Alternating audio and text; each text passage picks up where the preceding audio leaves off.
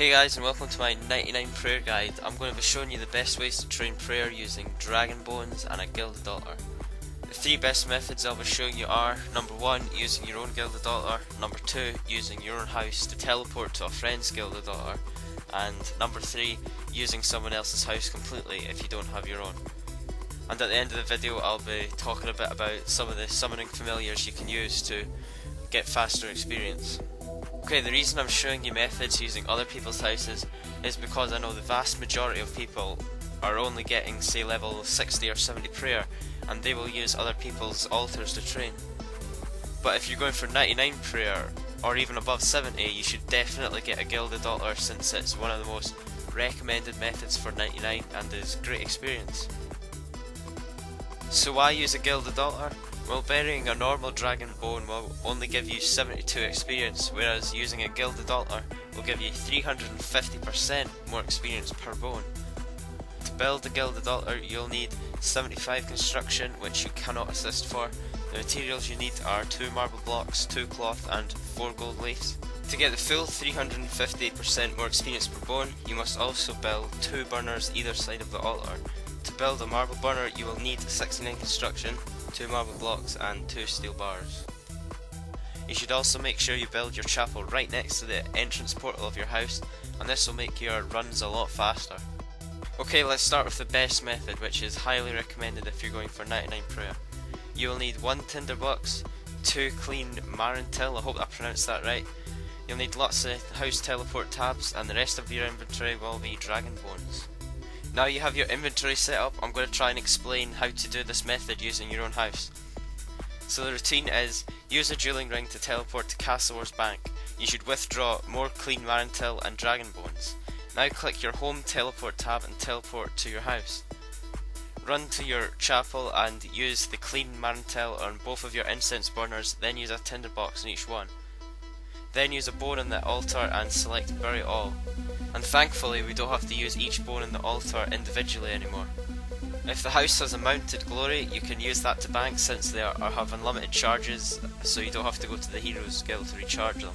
However, dueling rings are faster banking, but they do cost a little more cash. When training prayer, when you teleport to your house you're faced with a really long loading screen, and it's a known fact that if you have other players inside your house before you teleport there, the house loading time is drastically reduced, meaning faster XP for you. So when you're training prayer, make sure you always advertise your house is open, so that other players will go inside. Sometimes other players will be kind to you and will help you with lighting the burners, which will also save you some time. An average XP for using this method is 350k per hour. Alright, the second best method would be using your own house to teleport to a friend's gilded altar. You'll first need to move your house to the same location as your friend, and the most popular location is Yanel, so if you move your house there, you can just look for people who live in Yanel to use their house. So just use the same routine as before, except as soon as you teleport to your house, leave and then enter your friend's house.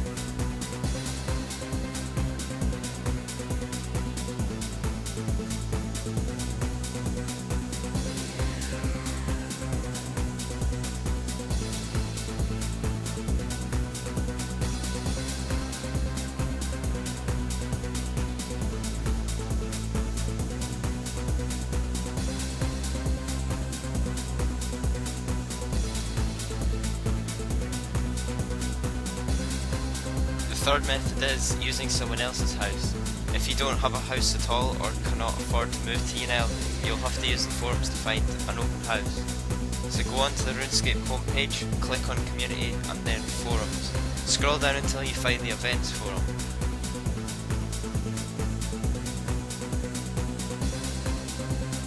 You should look for a thread titled Open Gilded Altar. There will be people making these usually all through the day.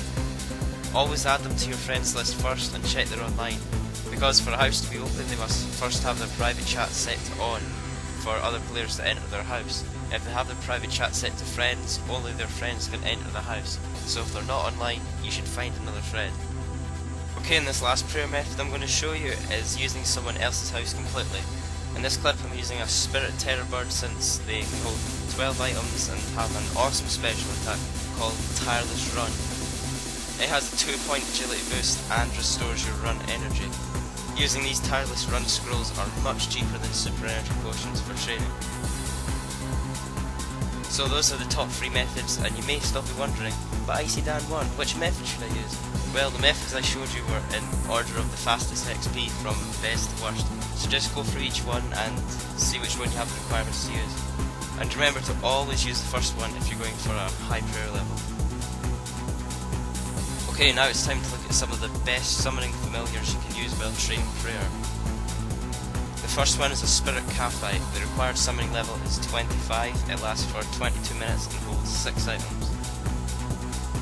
The next is a Bull Ant, which requires a summoning level of 40, it lasts for 30 minutes and holds 9 items.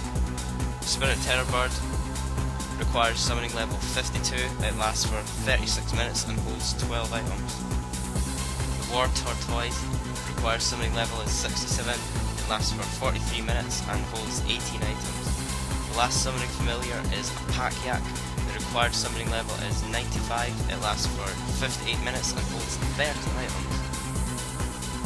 So those familiars were in order of best to worst, so just use whichever one you have the highest summoning level to use.